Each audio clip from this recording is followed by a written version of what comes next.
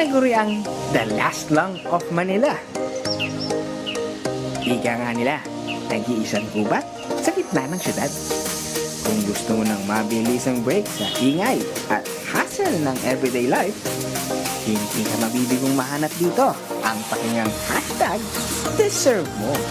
Kaya kahit mapa-nature trip man ang challenge, accepted because we always say yes to nature's best. Ano, biyahe tayo? Sa 30 pesos mo, sakay lang ng LRT at bumaba sa Central Station. Pag nasa Central ka na, walking distance na ang destination at kung feeling mong nakakahinga ka na ng maluwag, welcome sa Arroceros Forest Park.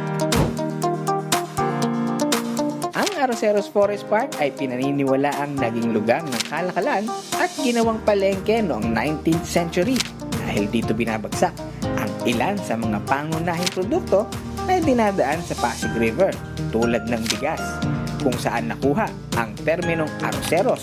Ang ibig sabihin ay rice farmers na nanggaling sa salitang Espanyol na arroz na ang ibig sabihin naman ay bigas. Pagpasok pa lang, para ka nang nagbakasyon sa probinsya dahil bubungad ang malagubat at nagtataas ang mga puno.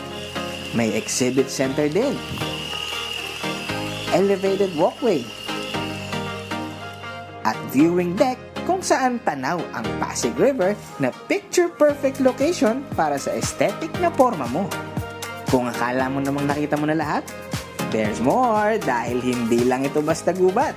Puno rin ng historical vibes kung saan tampok ang iba't ibang klaseng puno.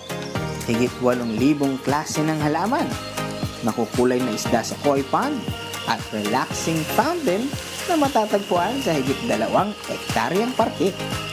Walang bayad at libre ang entrance kung gusto mo lang mag-relax o kahit maupo sandali. Pero take note lang na no foods, no pets at no digicams allowed para iwas kalat at mapanatili ang katahimikan sa lugar.